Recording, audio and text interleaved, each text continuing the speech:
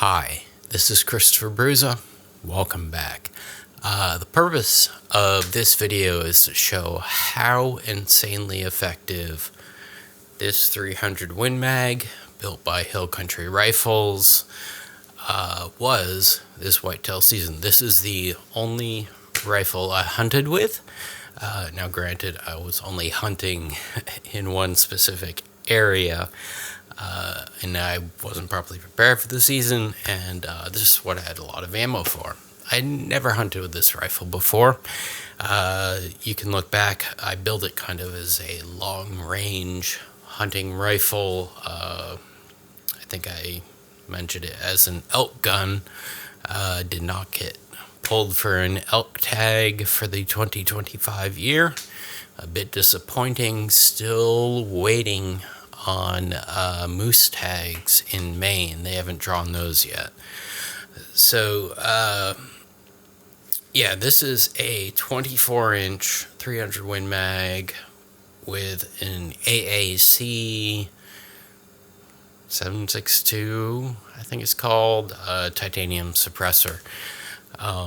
And it's got a Schmidt Bender 6x42 fixed power PM2 scope with single turn elevation, single turn windage, mil-dot reticle. And this is a McWoody stock. This was a early McWoody stock. I don't remember if it was this one or the one on my 35 Wayland, which were actually in the product catalog showing the McWoody.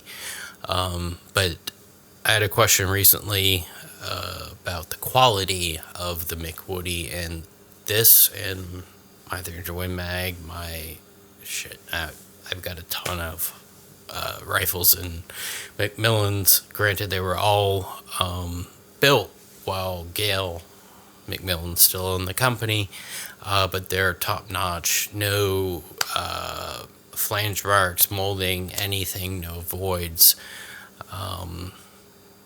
I really like McMillan stocks, but I have not bought the recent ones. That's a sidetrack. It was a question a couple days ago.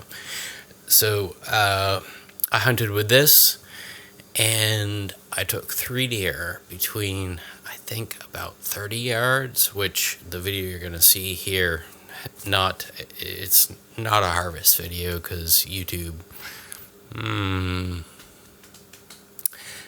doesn't like that, but it is the aftermath, or a portion of the aftermath, demonstrating why a suppressor is so effective. And the Hearing Protection Act just passed the House. It's got to pass the Senate, but that would pull them off the NFA, which would be great. It'd be awesome if they refunded all of the tax stamp money, but I doubt they'll do that. But anyway, I hunt suppressed and unsuppressed depending on the rifle. Basically, my 35 Will and my 338-06 are not set up for suppressors. I love them for hunting. My 338 Federal, that thing has a suppressor, and I've noticed this. However, I have not captured the aftermath on camera, and one of the big reasons the military uses suppressors, aside from flash suppression, is not because they make it quiet. It slows down the report, or the gases coming out of the barrel, breaking the sound barrier, and making what most would call the rifle sound. It does not suppress, especially with a 300 Win Mag that's going, I'm shooting 210 Burger VLD hunting bullets in this rifle, and they work. However, they're running in the high 2,800 feet per second range, and that's not subsonic. So you're gonna hear a rifle went off, but people and apparently deer have a very hard time, at least with one shot, figuring out where that shot came from, because you've got a supersonic crash down near where they are, and then a delayed rifle report at the rifle. So typically you get a bang at the muzzle, and then whatever you're shooting at, assuming you don't hit it or something else is near it, a crack. And it's hard. It doesn't behave like a normal rifle as far as the sound waves go, and it confuses your game or target if your target has thought capability. You know, it's not just a piece of steel. So I took deer between, I think, about 30 yards and 320 yards. I took 3 this year. Could take many more, but you might hear this humming off to my side. That's my game freezer, and she's full. I actually donated a couple of deers this year because I had enough meat, but there were quite a number at my land. I'm not going to tell you how to manage your land or the game in your area, but I felt it was required to take 3 deer minimum this year. It's actually the first year I took some other people hunting on my land who are not immediate family, and that will be coming up in another video. Yeah, so I hunted with this and tried to take mature deer. I wanted to take 3 does and a buck. Buck was no issue during the rut, and I took 2 does. So the video you're going to see here is the closest shot I took with the 210 grain BLD target and this rifle. Now this is a fixed power scope, so fixed 6 power. Typically on my 338 and 35 Whelen and my 338 Federal, I hunt around 2 power. A little concerned. I'll put the date up here. This was the first doe I took, and she was in heat. It was not quite the rut, but when field dressing her, she was clearly in heat. And typically, when does are together, I don't know where you hunt, or where I hunt, you typically see 3, 4, 5 plus does together, minimum of 3. So if you see a group of deer, definitely late October, early November, they're does. And from what I have personally observed, the lead doe or the second doe is the mature doe. The yearlings, the spike bucks, which, I don't know, I mean, they aren't does, but a lot of regulations consider them the same as does. They're going to be behind. You're going to get the more mature deer up front. So when you see these deer coming, you want to be in your binos looking, what's the biggest one? What's the biggest one? What's a mature deer? Again, not trying to tell you how to hunt your land, but I'm looking for maturity. So in this case, there were 3 does, and I could see them coming. I was hunting my favorite spot. It was a little early in the season to do that, but I just had a feeling to hunt that spot that day. The day before, I had seen 2 bucks come by. They kind of came up, an 8-pointer on the right, kind of doing his thing. A 6 came over, hit a false licking branch or man-made licking branch that I made, with a scrape and not a hinge cut, but I just broke some branches to hang down. He was chilling out, loving that. So the next day I was like, yeah, it's a good spot. I had pictures on camera. Came back to it. I know the rut's approaching, so that's on my mind. But I watched 3 does from about, they had to, like the width, I'm looking at like the smaller distance on a rectangle.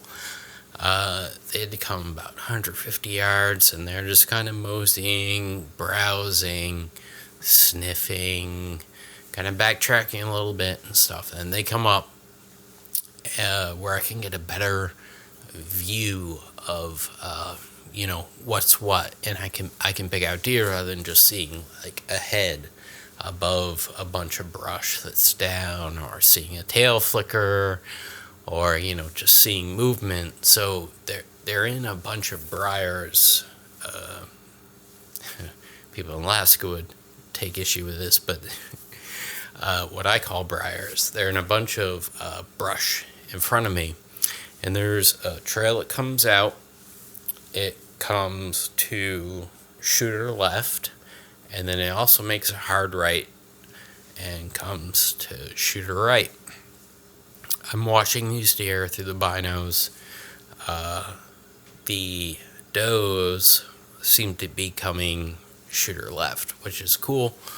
Right-handed shooter, and I'm in my stand. I typically, this is where they're coming from. I'm typically facing this way so that if something comes through the brush here, no issues. I have more cover. I can move, but my longer shots are all coming here. So with a right-handed rifle, it's a much more ergonomic shot for myself. So I'm watching. I pick out the biggest one. She comes through the brush. She's facing me, head up, just kind of sniffing. She's eating, browsing, some leaves, buds, whatever. And I put, so her head is up. I put a bullet like right kind of where a human's clavicle would be. I don't know if deer have them. I would assume they have some sort of skeleton structure in there, but put it like above her, like kind of above her eye shoulder, between her throat. Deer kind of took a jump, went down, picked up, took off. So I shot her here. She kind of runs here, and then took off back towards the wood line where she got. And within like 3 or 4 steps, just blub, blub, blub, blub, she just tumbled like a, I don't know if I have any snowboarders or skiers in the audience, but in that case, it would have been called the yard sale. She just lost all consciousness and tumbled, which was great. Mission solved. I probably got 110, 120 pound doe on the ground. And to my amazement, which I shouldn't be amazed at all, because I've seen this several times. So this is kind of something I've observed. If you get blown at by a deer, spotted whatever, it's not the end of your day. Typically, if a deer blows at you, at a minimum stomps at you, which you'll see in a minute, they don't go far. So it's not the end of the day. You can probably, given how dense your cover is, get back on that deer and make a shot. Probably not with a bow, but certainly with a rifle. There's no reason. You spook a deer, you can probably still get it. Just don't freak out and relax. That deer's probably going to come back. So the rear deer kind of boop, runs back a bit. The lead deer comes and heads over towards that licking branch that I mentioned earlier. That's why I pulled out my camera. I mean, these deer knew something happened, but they were not spooked. Now, granted, I'm in a high-ish hunting pressure area, but it's all private land. So I'm surrounded by hunt clubs. There's several amazing duck swamps that I don't normally have access to. Once in a while, somebody will say, "Hey, why don't you duck hunt on our swamp?" But generally, do not have access to them. So gunshots are not. They're very common to hear. I mean, I'll be out there mowing before the season and just hear gunshots. Somebody ripping off their pistol, AR, whatever they're doing. It's common to hear gunshots. And prior to the rut, they're not super spooked because I'm one of the few people, at least on the two roads near where I am, who bow hunt. You get a little more muzzleloader hunting, but the pressure is not on. So prior to the rut, the deer are pretty relaxed. So you'll see Stowe comes up and just kind of heads off over to shooter left, back. Where I'm sitting here is probably about 50 yards from the west edge of my property, and I know that the neighbors have a corn feeder over there. That's a different subject. I don't hunt over bait, neighbor's bait. I'll use that to my advantage, but just bait, don't bait, whatever. I don't give it. I don't care. Anyway, you see that deer head off, and then there's this doe that was third in line, and she kind of comes over by some very thick stuff, and that's kind of where I mentioned earlier a 6 and 8 point where they split off. Spoiler, that 8-pointer died, I think, that next weekend. Let's watch the video and see in real time what happened. This is about 10-20 seconds after I shot the lead. Okay, so you see the second doe kind of come into a bit of cover, not a ton of cover. I mean, way more cover than you could shoot with a bow. You can see the other one's just kind of chilling there, not moving much, kind of on edge. Her ears are up. She's taking very deliberate steps. But the second doe, who actually appears to be the smaller one, I mean, she comes within 10 yards of me here, and just kind of moseys on. Here she's kind of coming over.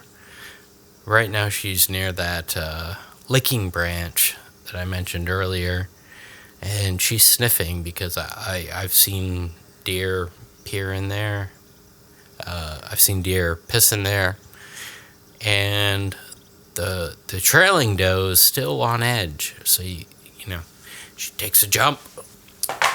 You know, she kind of senses something's not right, and at this point, I put away my phone, and she kind of like took a long turn over to the right and doubled back. Came down the same trail that the deer did.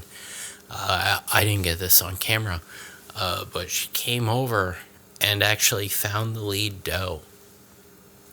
She stood about 10 feet from it, just kind of sniffing and being like, what's going on? And then she actually bent down. I don't think she actually touched her, but she got very close, sniffed, and then took off back to where she came from. So very, very peculiar behavior for a group of does where one has just been shot.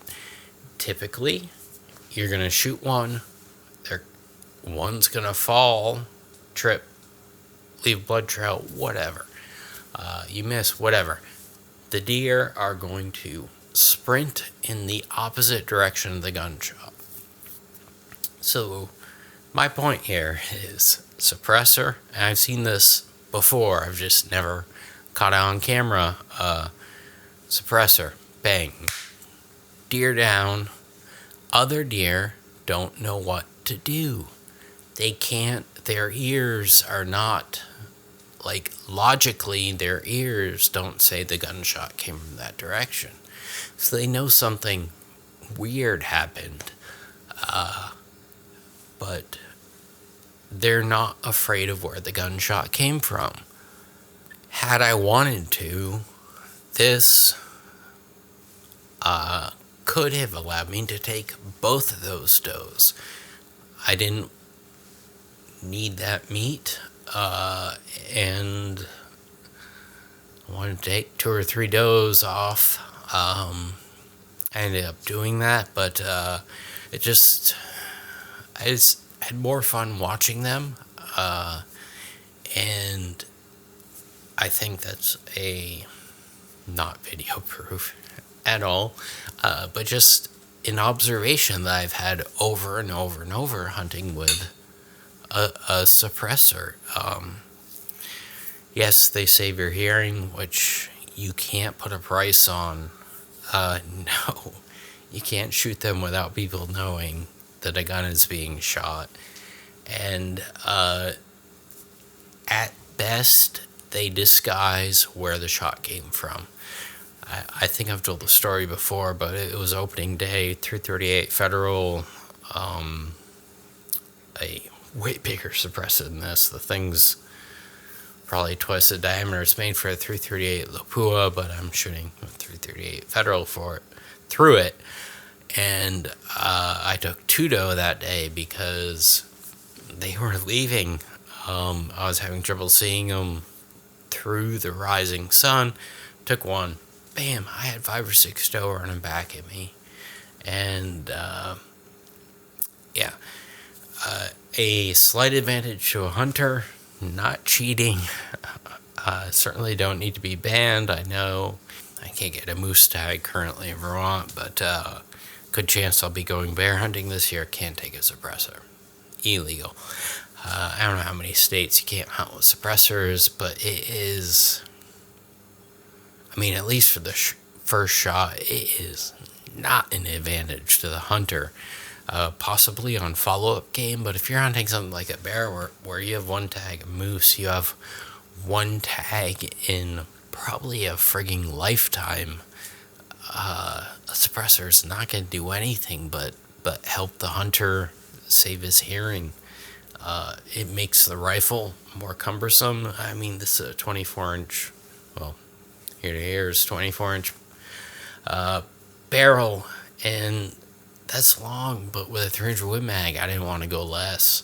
Anyway, these things are not cheaters for hunters, but if you're looking to take multiple game, they can certainly help. So this past season caught deer behavior, after one of them has been shot with a suppressed rifle.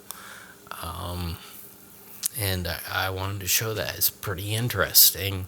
So I'll be back very, very shortly. Get video I've edited, I just need to do commentary on. So until next time, enjoy.